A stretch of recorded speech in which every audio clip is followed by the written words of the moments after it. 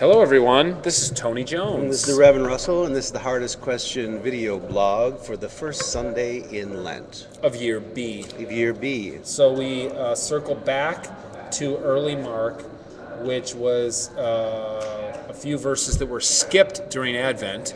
Right, but and then we had right in Epiphany.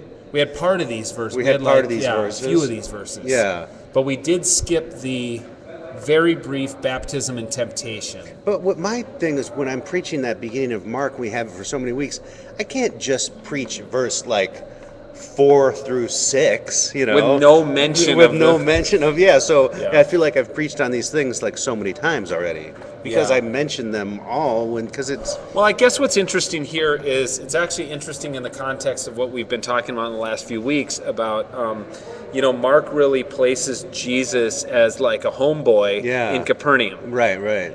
And now that adds some complexity to this Jesus from Nazareth in Galilee, who goes out to the wilderness, finds his cousin, gets baptized, and then spends 40... His cousin? What book are you reading? What is he? His It doesn't say anything about that in here. Oh, you're right. It doesn't, does it? No. Read Mark. I'm interpolating. Yeah, read Mark.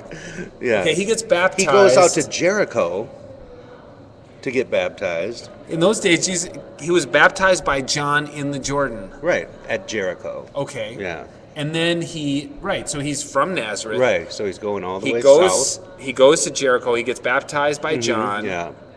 And then he goes out into the wilderness for 40 days. Right. And then he goes back to Capernaum. Right. And gets a house. Yeah, moves in. Yeah, right? like settles down. Right.